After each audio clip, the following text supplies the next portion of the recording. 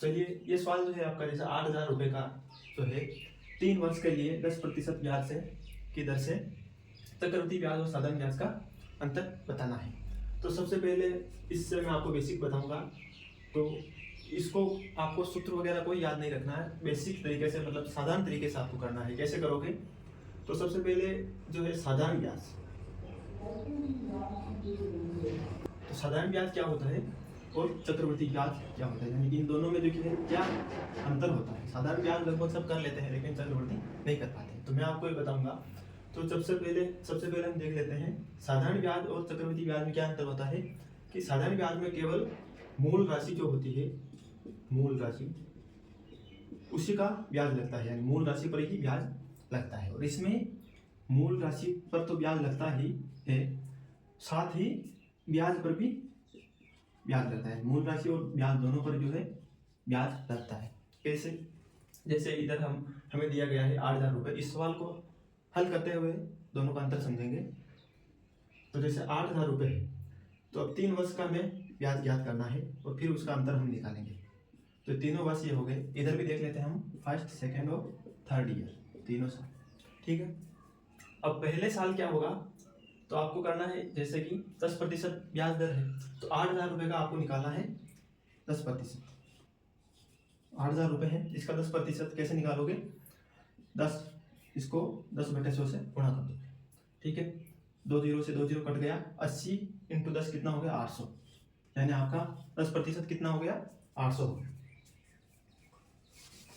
तो 800 आपका 10% हो गया, यानी कि पहले साल जो ब्याज लगेगा वो 800, और 800 10% हो गया, और दूसरे साल भी यही रहेगा, प्लस 800 हो जाएगा।